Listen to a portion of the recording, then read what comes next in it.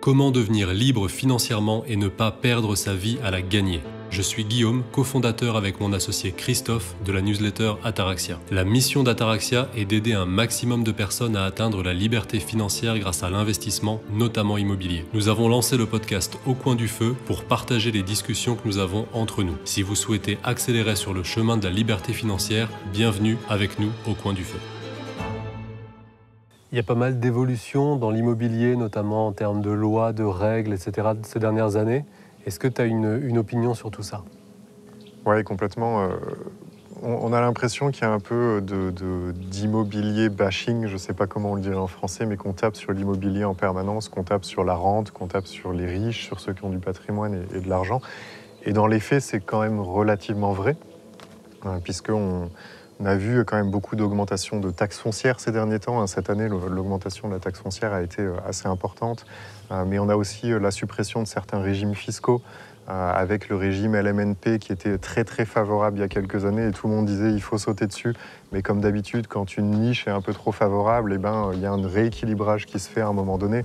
Il se dit même qu'on irait peut-être plus loin sur cette règle de LMNP en enlevant l'amortissement qui aujourd'hui est encore accordé, après le coup de rabot qui a déjà eu lieu il y a quelques temps.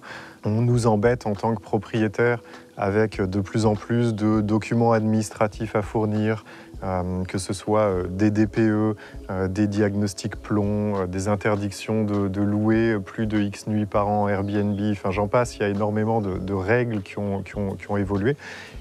Et qui servent d'excuse à beaucoup de monde pour ne pas faire de l'immobilier. Comme d'habitude, quand on a peur de quelque chose, la moindre chose négative, on a un biais de confirmation au niveau de notre cerveau qui nous fait dire « Ah oui, vous voyez, les taxes augmentent en immobilier, donc il ne faut pas faire de l'immobilier » ou on ne pourra plus louer des DPE qui sont EFG dans quelques années, donc il ne faut pas faire de l'immobilier. Moi, je veux juste replacer un petit peu le débat. Ces règles-là, on ne les maîtrise pas. Et on ne les maîtrisera jamais. Même si on est très gros, on ne les maîtrisera jamais. Donc notre rôle en tant qu'investisseur, c'est quoi? C'est d'essayer de contourner, alors il n'y a rien d'illégal quand je dis contourner, c'est d'essayer de contourner ces règles, de s'adapter à ces règles pour trouver des solutions. Et il y en a systématiquement, et il y en aura toujours, quelles que soient les règles qui sont mises en place. Et aussi de garder en tête que, certes, ce sont des contraintes, mais que ces contraintes-là nous permettent quand même d'avancer beaucoup plus vite que n'importe qui d'autre qui ne fait pas d'immobilier. Donc attention quand votre cerveau utilise ces évolutions pour vous dire « Ah, je ne veux pas faire d'immobilier », vous êtes en train de vous trouver des fausses excuses. Je vais faire exprès maintenant de reprendre ces règles-là ou une partie de ces règles-là et de les détourner pour vous montrer que ces règles qui peuvent paraître négatives d'une façon peuvent être vues de façon positive. On nous dit « Ah, mais l'imposition a tendance à augmenter, le LMNP, il y a des plafonds qui ont été réduits, on va enlever l'amortissement. » Ok, c'est une vérité. Si ça arrive, on a l'investissement en société. L'investissement en société, on avait un impôt sur les sociétés il y a encore quelques années qui était à 33%, qui est descendu jusqu'à 25% aujourd'hui. Donc certes, l'imposition des particuliers a tendance à augmenter, mais l'imposition des entreprises a tendance à baisser. Pourquoi? Parce que les entreprises peuvent aller beaucoup plus facilement dans d'autres pays qu'un individu. Donc il faut qu'on soit beaucoup plus compétitif avec ces entreprises.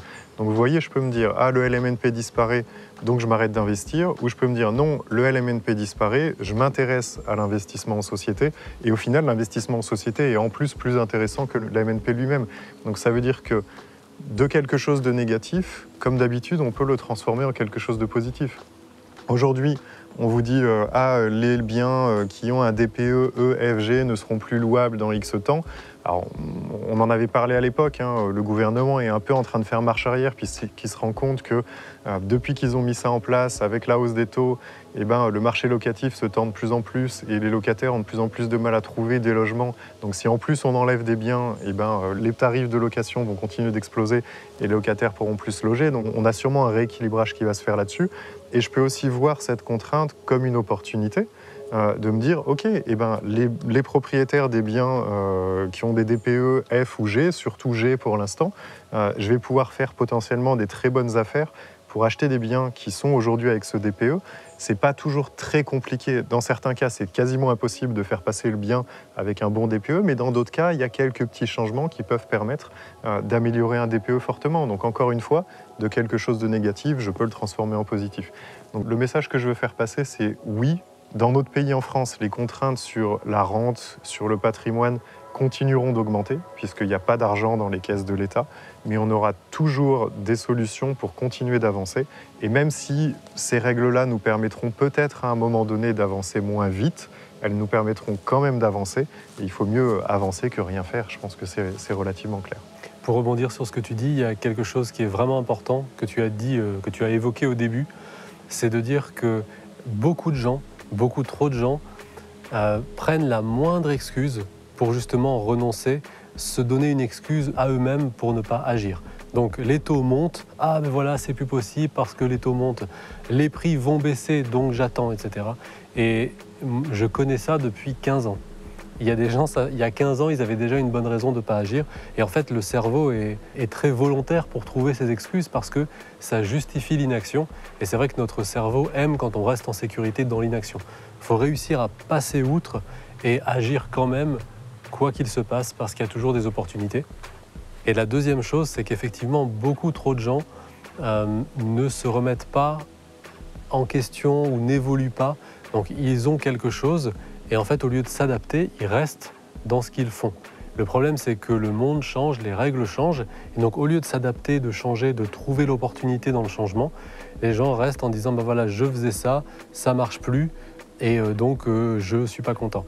Je parlais avec un marchand de biens il y a quelques jours qui m'expliquait qu'il était allé à une réunion avec des promoteurs immobiliers. Et donc, c'était amusant la manière dont il l'explique. Il dit, dans la salle, enfin devant la salle pour la réunion, il y avait tous les Porsche Cayenne. Et dans la salle, il y avait tous les promoteurs avec leur Rolex. Et en fait, ils discutaient de la suppression possible du Pinel. Et pour eux, c'était la catastrophe parce que sans cette aide de l'État, ils n'allaient plus réussir à vendre aussi bien leur promotion immobilière. Et après un long débat d'1 heure, ils ont décidé qu'il fallait faire une manifestation pour aller réclamer auprès de la préfecture, se faire entendre et que l'État réagisse. C'était drôle de voir des gens en Porsche Cayenne avec une Rolex qui allaient faire une manif pour réclamer des choses. Et en fait, c'est pas comme ça que ça marche. Le marché évolue tout le temps. Si aujourd'hui on est investisseur ou qu'on a une société, une entreprise, eh bien on ne va pas pouvoir faire 40 ans en faisant la même chose. Il va falloir changer. Si quelqu'un faisait par exemple de l'achat d'immeubles, découpe et revente par lot, peut-être qu'à un moment ce sera plus possible et il faudra faire autre chose. Et c'est pareil dans le business. On lance un produit, une offre, un service. Peut-être qu'au bout d'un moment, il y a un concurrent qui arrive, on est obligé de se réorienter. Et il faut garder cette agilité, que ce soit en investissement ou ailleurs, pour pouvoir justement toujours être performant. Et à chaque fois qu'il y a un changement qui paraît négatif, en fait, c'est une énorme opportunité pour d'autres personnes qui sont là par hasard ou qui ont la flexibilité mentale d'aller saisir cette opportunité. Et malheureusement, trop de gens se mettent en mode pilote automatique, je touche plus à rien, c'est tranquille pour les 40 prochaines années, alors que non, ça marche pas comme ça, il y aura toujours des changements.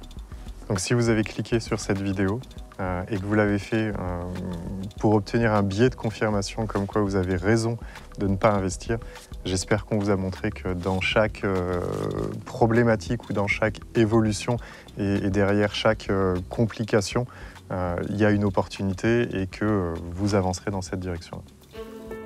J'espère que cet épisode vous a plu. Si c'est le cas, n'hésitez pas à nous laisser un encouragement, une note ou un commentaire en fonction de la plateforme sur laquelle vous êtes. Et si ça n'est pas déjà fait, rejoignez notre newsletter Ataraxia, les informations se trouvent en description.